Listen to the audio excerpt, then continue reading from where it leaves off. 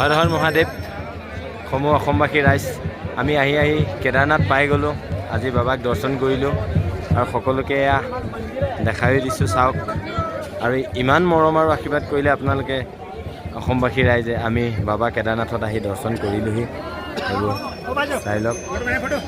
আৰু আপোনালোকে যাতে ভালে কুশলে থাকক, বাবাৰ ওচৰত দৰ্শন কৰিলোঁ। আৰু আপোনালোকে যিবোৰ মনত ভাবিছে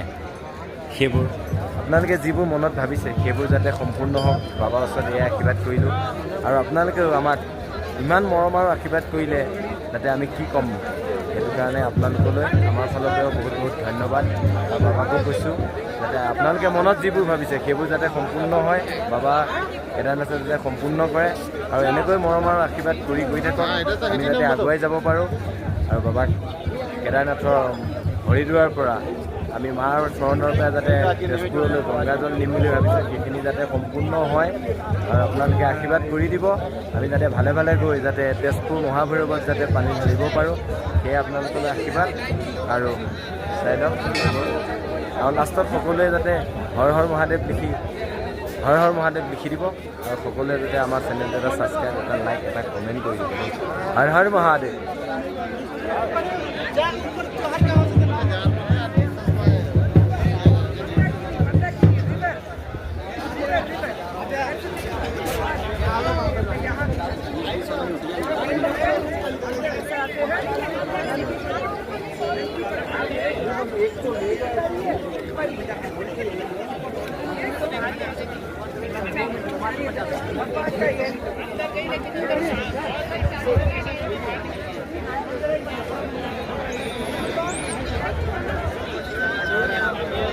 Hey guys, let's get